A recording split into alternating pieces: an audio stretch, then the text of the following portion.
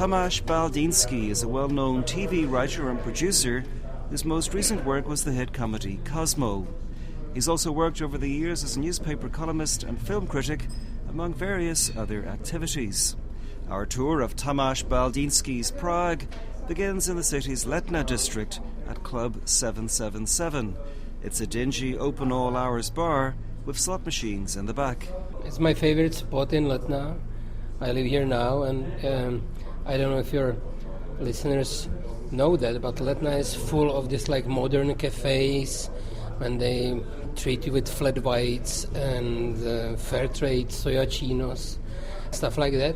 And this is the direct opposite. This is like 24 hours opened spot with slot machines and roulette, and they have beer and they have coffee. You can smoke here, and people tend to finish their binge drinking here. So when I come here in the morning, because I do come here to work, to write, I usually come here at like 8:30, 9 a.m. and I meet some people who were drinking all the night here. They're finishing the drinks, and I sort of like it because of when I watch them, I feel that I'm as rebel as them. So that's what I like it. And they have very eclectic jukebox here because of you can hear here everything from racist heavy metal bands to intellectual chanson singers. Frankly, it's a pretty strange place to come to work, it seems to me. It is, but you know what?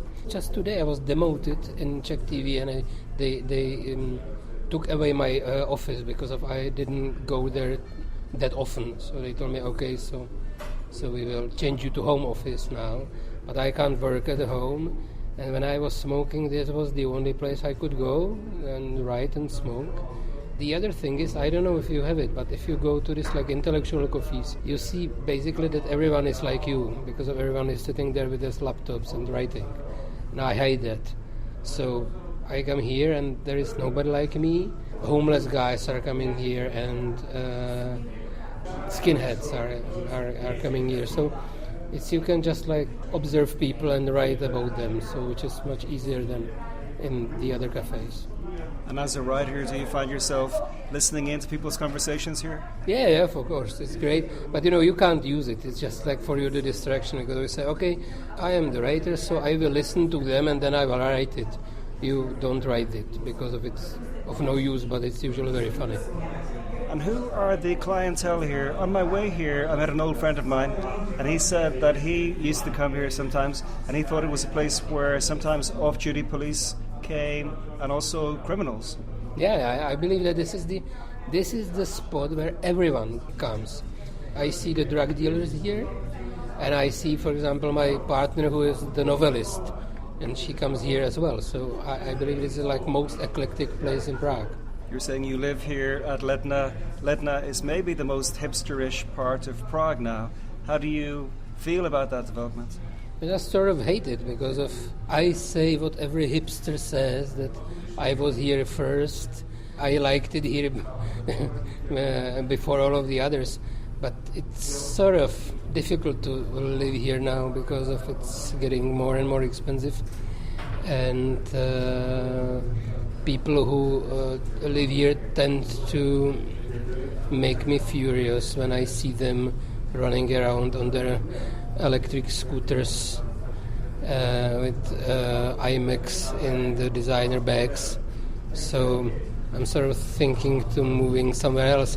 But there is Stromovka Park, which is one of the most beautiful places in Prague, so you just can't lose it. From Letná, Tomáš Baldýnský and I hop on a tram down to Malá Strana. There, just a few metres from Charles Bridge on Mostecká Street, is a building that his family have had a close association with for generations, and was Baldýnský's own home in the past. He leads the way up to a small terrace with a wonderful view across the district's distinctive red-tiled rooftops. This is really a beautiful spot, and I haven't been here 2 or 3 years, so I just wanted to come by, and you gave me the reason. In what period did you live here? What were the years? It was like 90s. It was roaring 90s, which is, as I always say, were the best years to party in the century, I believe. Did you feel privileged living here? No, I haven't, because it was all too normal for me, because of, even though the house was confiscated by communists, my grandmother and grandfather lived here on the second floor. On the first floor it was my grand auntie and great uncle, so it was just sort of like family house to me, and when it was returned to the family it just continued. But still, yes, people were envious about me, and for example I have screened the movies on the wall of the opposite building. As you can see, the window wasn't there because they built it later, and so we had this like a digital projector here. In the end of 90s, it was worth like 300,000 crowns or something like that, and we were screening the films. I recall the screening of film Picasso's Aventire, which is Swedish comedy, and people were laughing that much that best friend of mine almost fell down over the rail to this beautiful Malostranská roof, which is under us. And what was it like here on this street on Mostecká, for example, in the 80s when you used to come to visit your grandmother? Malá Strana was just saved because of, you don't know that, but the Communist Party wanted to destroy it and build some new panel buildings here. And it was one of the biggest uprisings against their will was that we were like, I was like 12, but a lot of people were like creating demonstrations here, so they didn't do it. But in that time, now the Malá Strana is sort of sometimes very beautiful, sometimes it's very like ugly, touristy, cheap thrills, cheap things. In those times it was like really romantically fading away and falling apart. The street was full of scaffolding and the bricks were falling from the walls. But it was sort of, well, I was a child, so I just recalled it with a lot of nostalgia, and I believe in those times it was better off because there was full of people who were actually living here, and not like this, that they all are just hotels, Airbnbs and offices. There was the cinema, which was closed down. There wasn't McDonald's, but it was milk bars. Yes, I liked it better then. So it was really a neighborhood still in those days? Yeah, it was famous for its like closed, tight community which was living here and which was like very slowly falling apart in the 90s. We had this family friend, which she was the countess. She was like 8 years old and she lived in Tomášská Street. And then when they decided to enlarge the parliament building, so all those people who were living in that street were moved out. And she had to move to some like panel building and the side of Prague. And this panel building had very low ceilings. So and she was living here in this her flat that had like 4 meters high ceiling. So she had to have her furniture cut in half so she could at least some of the pieces, this like old like 100, 200 years old furniture cut in half to put it in that flat. And she died there like 1 year after she was moved there. She couldn't cope that she wasn't living here. So it was really strong, this like feeling of mutuality. And I still, even though I don't live here and I just like pass some buildings and I still see some of the remaining neighbors, and there is this butcher shop in Karmelická Street, which my grandmother was working there, and her co-worker now owns it, and she still runs it. So something left.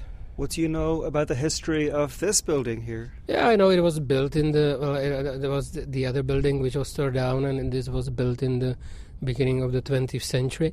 And we have this great family story about, because of my family was partly Czech and partly German.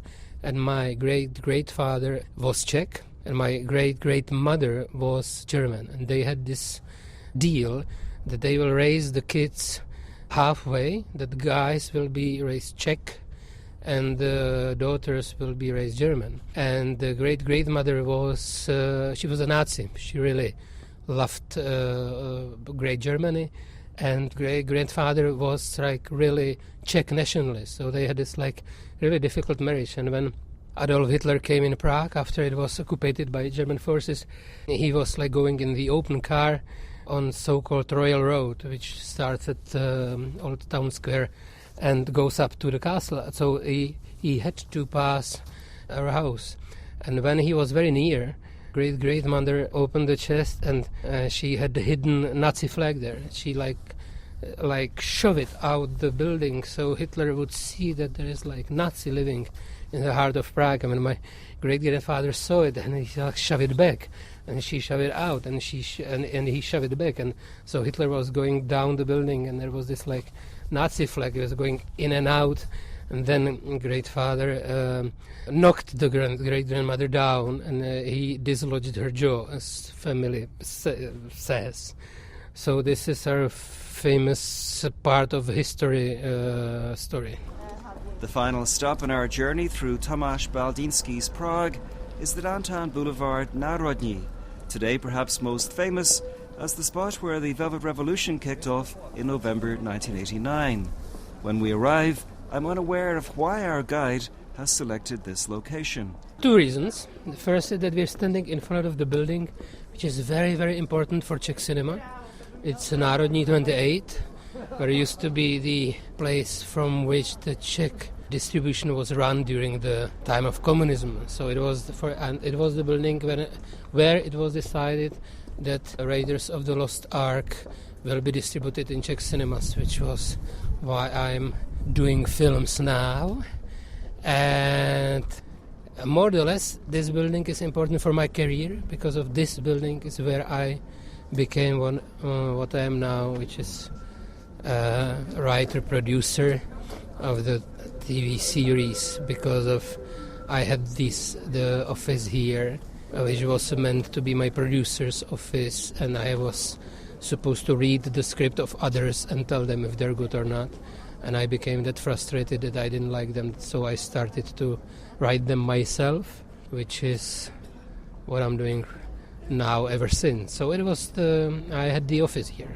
And the second reason is that we are standing on the Národní třída, which is for my generation a very, very important place. And I must say I'm not really nostalgic, or just like I'm not really a history conscious person. But when each time I go on Národní třída, I just like think that if it wouldn't happen, my life would be terrible. And now I must say my life is quite okay. So this is my second reason. And for listeners who don't know, which I'm sure there are very few of them, this is where the revolution began in 1989. What were you doing at that time? I was here. I wasn't beaten, and I am not the hero, but I was present, and I was the member. And it was a beautiful evening until the cops showed up. Yeah, then I was here. Well, tell us more about it. I mean, for example, how close were you to the police? I was at the beginning of the street, and we are now on the second end. So and beating started like in the half of the street. So I wasn't that close. Well, I almost said Fiesels.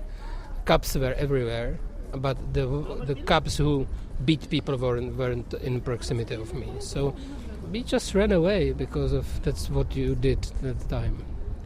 Did you have any sense on that day, on the 17th of November, 89, that this would have great consequence? Really, yeah. It wasn't just that day, but we had this feeling which started in the winter of that year that it has to collapse, and then you had all those Eastern Germans emigrating, leaving their Trabants here, and you had August demonstrations, and you have 28th of October demonstrations.